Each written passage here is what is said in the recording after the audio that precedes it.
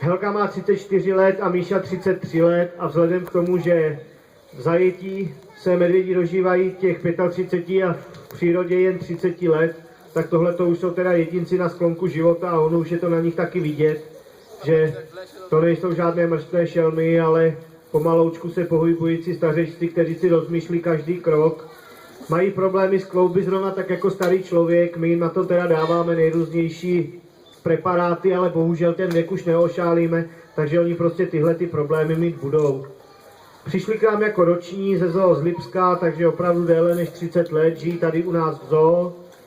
V tomhle přírodním výběhu jsou od roku 1997, do té doby bydleli v o mnoho menší expozici.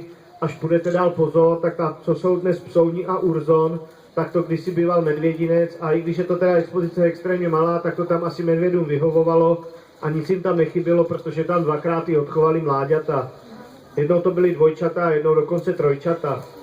Teď už mít mláďata nemůžou, jednak díky tomu vysokému věku a druhá díky tomu, že je Míša vykastrovaný.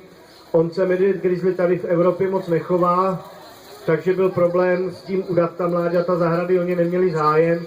Takže jsme se teda rozhodli, že se Míša vykastruje a když jsem říkal, že v přírodě ten samec dorůstá přibližně 450 kg, tak Míša je díky té kastraci mohutnější, váží podle našeho odhadu něco málo přes půl tuny a i to se teda podepsalo na těch jeho kloubech, že chodí o poznání hůř než ta samice. On taky přes den stráví spoustu času tamhle v bazéně, kde ho prostě ta voda nadnáší a ulevuje mu od těch jeho problémů.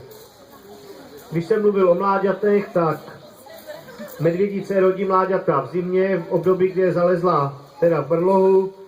Ta mláďata jsou oproti té mase toho medvěda opravdu velmi malinká, váží pouze několik dekagramů a jsou holá a slepá, jako třeba čerstvě narozené kotě. Vzhledem k tomu ale, že samice má velice výživné mléko, jak na tuky, tak na bílkoviny, tak ta mláďata velmi rychle rostou a na jaře, když s nimi potom samice opouští výkryt, tak už můžou vážit i několik kilogramů, což znamená, že opravdu během pár měsíců jsou schopné svou hmotnost víc než 10násobit. No a protože jsou naši medvědi už takhle staří, tak se taky musíme zamýšlet nad tím, co bude s jejich chovem dál.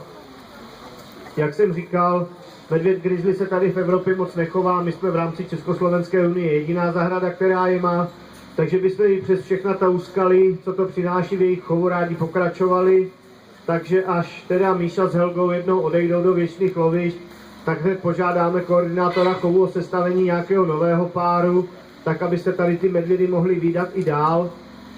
To má teda sice jednu záludnost v tom, že prý teď v Evropě snad nejsou vůbec žádní grizzlyové schopni rozmnožování, takže by se musela dovízt nějaká mladá zvířata přímo až z té Severní Ameriky, což je prý velký problém papírově. Než se to vyřeší všechno, tak to prý může trvat i několik let, takže do té doby byste tady asi provizorně viděli nějaká jiná zvířata, ale hned jak to bude možné, tak říkám, dovezeme zase zpátky medvědy grizzly, protože jsme na jejich chov náležitě hrdí a taky se vlastně medvěd dostal i do znaku téhle zoo. To by bylo asi všechno, co bych vám řekl k našim medvědům. Jestli se chcete na něco zeptat, tak se nestýďte a klidně se ptejte, ať už teda ohledně medvědu nebo ohledně čehokoliv jiného ze zoo.